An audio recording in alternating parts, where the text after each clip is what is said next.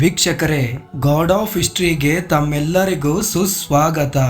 ಸ್ನೇಹಿತರೆ, ಸನಾತನ ಧರ್ಮ ಆರಂಭವಾಗಿದ್ದು ತ್ರಿವೇಣಿಯಿಂದಲೇ. ಮಾನವ ಆತ್ಮಗಳಿಗೆ ಮೋಕ್ಷ ದೊರೆಯುವುದು ತ್ರಿಗುಣದಿಂದಲೇ. ತ್ರಿವೇಣಿಯಿಂದಲೇ ಬ್ರಾಹ್ಮಣರು, ತ್ರಿಗುಣದಿಂದಲೇ ಬ್ರಾಹ್ಮಣರಿಗೆ ಮೋಕ್ಷ.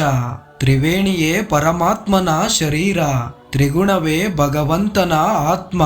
ತ್ರಿವೇಣಿ ತ್ರಿಗುಣಗಳಿಂದಲೇ ಈಶ್ವರನು ಜಗತ್ತನ್ನ ಸೃಷ್ಟಿಸಿ ಪಾಲಿಸಿ ವಿನಾಶಗೊಳಿಸುವನು. ಅಷ್ಟೇ ಅಲ್ಲ, ಪ್ರತಿಯೊಬ್ಬ ವ್ಯಕ್ತಿ ತ್ರಿವೇಣಿಯಿಂದ ಪವಿತ್ರನಾಗಿ ತ್ರಿಗುಣದಿಂದ ಮೋಕ್ಷ ಪಡೆಯುವುದೇ ಸನಾತನ ಧರ್ಮದ ಮೂಲ ನಿಯಮ.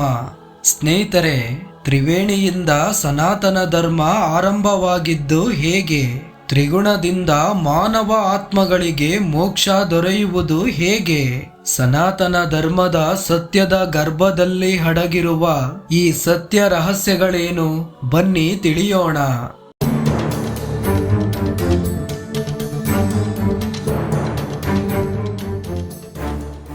ತ್ರಿವೇಣಿ ಜನಿಸಿದ್ದು ಹೇಗೆ? ಸ್ಕಂದ ಮತ್ತು ಭಾಗವತ ಪುರಾಣಗಳ ಪ್ರಕಾರ ನಾರಾಯಣನ ಪಾದದಿಂದ ಗಂಗಾದೇವಿ, ವಿಷ್ಣುವಿನ ಕಣ್ಣೀರಿನಿಂದ ಯಮುನಾದೇವಿ, ಬ್ರಹ್ಮನ ಮಾನಸಿಕ ಶಕ್ತಿಯಿಂದ ಸರಸ್ವತಿ ದೇವಿಯರು ಜನ್ಮ ತಾಳಿದರು. ರಾಜ ಭಗೀರಥನ ಪೂರ್ವಜರಿಗೆ ಮುಕ್ತಿ ಕಲ್ಪಿಸಲು ಸತ್ಯಲೋಕದಿಂದ ಗಂಗಾದೇವಿ ಭೂಲೋಕದೆಡೆಗೆ ಹರಿದು ಬಂದರು. ಬಡವಾಗ್ನಿ ಭೂಲೋಕವನ್ನ ದಗದಹಿಸುತ್ತಿದ್ದಾಗ ನಮ್ಮೆಲ್ಲರ ರಕ್ಷಣೆಗಾಗಿ ಸರಸ್ವತಿ ದೇವಿ ಬ್ರಹ್ಮಲೋಕದಿಂದ ಭೂಲೋಕಕ್ಕೆ ಹರಿದು ಬಂದರು. ಇದೇ ರೀತಿ ವಿಷ್ಣುದೇವ ವಾಮನ ಅವತಾರದಲ್ಲಿ ತ್ರಿವಿಕ್ರಮನಾಗಿ ಬೆಳೆದು ತನ್ನ ಬಲಗಾಲಿನಿಂದ ವಿಶ್ವದ ಹೊದಿಕೆಯನ್ನ ಛೇದಿಸಿದನು. ಅಂತಹ ಸಂದರ್ಭದಲ್ಲಿ ಆಧ್ಯಾತ್ಮಿಕ ನದಿಯಾಗಿ ಯಮುನಾದೇವಿ ಭೂಲೋಕಕ್ಕೆ ಹರಿದು ಬಂದರು. ಅಂತಿಮವಾಗಿ ಈ ಮೂರು ನದಿಗಳು ಉತ್ತರ ಪ್ರದೇಶದ ಪ್ರಯಾಗ್ ರಾಜ್ನಲ್ಲಿ ಒಟ್ಟಿಗೆ ಸಂಗಮವಾದ ಕಾರಣ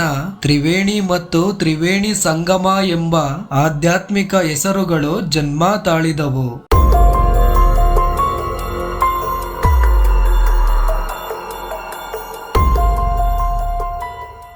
ತ್ರಿಗುಣ ಜನಿಸಿದ್ದು ಹೇಗೆ? ಭಾಗವತ ಮತ್ತು ವಿಷ್ಣು ಪುರಾಣಗಳ ಅನುಸಾರ ಸೃಷ್ಟಿಯ ಆರಂಭದಲ್ಲಿ ಪರಬ್ರಹ್ಮನಿಂದ ಪುರುಷ ಪ್ರಕೃತಿ ಕಾಲಶಕ್ತಿಗಳು ಜನ್ಮ ತಾಳಿದವು. ಪುರುಷ ಪ್ರಕೃತಿಯಿಂದ ಮಹತತ್ವ ಎಂಬ ಮಹಾಶಕ್ತಿಯ ಉಗಮವಾಗಿತ್ತು.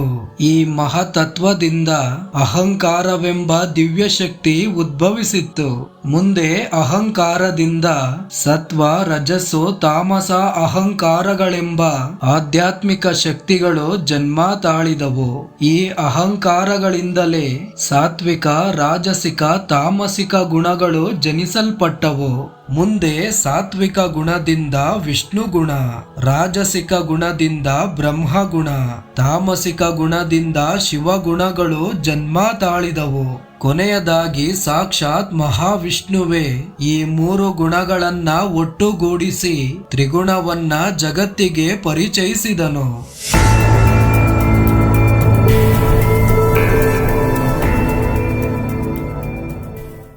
ತ್ರಿವೇಣಿ ತ್ರಿಗುಣಗಳ ಅರ್ಥವೇನು? ತ್ರಿವೇಣಿ ಎಂದರೆ ಪರಮ ಪವಿತ್ರ ಎಂದರ್ಥ. ತ್ರಿಗುಣ ಎಂದರೆ ಸರ್ವಶ್ರೇಷ್ಠ ಎಂದರ್ಥ.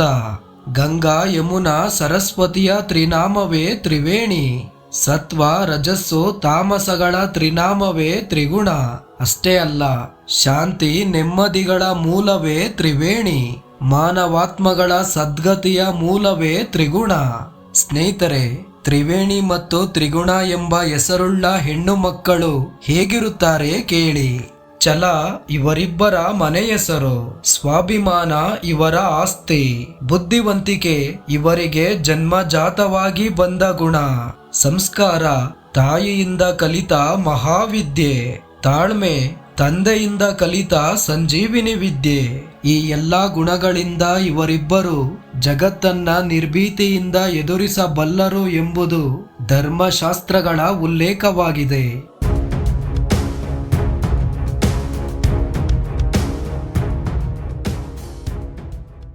ತ್ರಿವೇಣಿಯಿಂದ ಸನಾತನ ಧರ್ಮ ಆರಂಭ.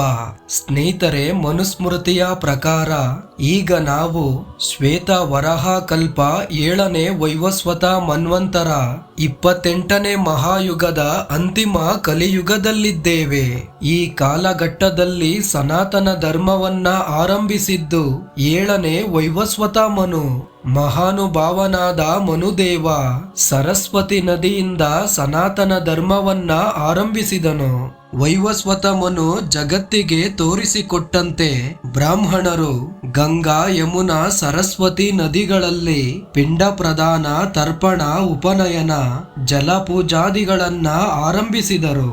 ಹೀಗೆ ತ್ರಿವೇಣಿ ನದಿಗಳಿಂದ ಸನಾತನ ಧರ್ಮ ಅಸ್ತಿತ್ವಕ್ಕೆ ಬಂದ ಕಾರಣ ತ್ರಿವೇಣಿಯೇ ಸನಾತನ ಧರ್ಮದ ಜನ್ಮದಾತೆ ಎನ್ನಲಾಗಿದೆ. ಇದಿಷ್ಟು ಇಂದಿನ ಸಂಚಿಕೆಯ ವಿಶೇಷವಾಗಿದೆ. ಮುಂದಿನ ಸಂಚಿಕೆಯಲ್ಲಿ ಮತ್ತೆ ಭೇಟಿಯಾಗೋಣ. ಸರ್ವರಿಗೂ ಮಂಗಳವಾಗಲಿ.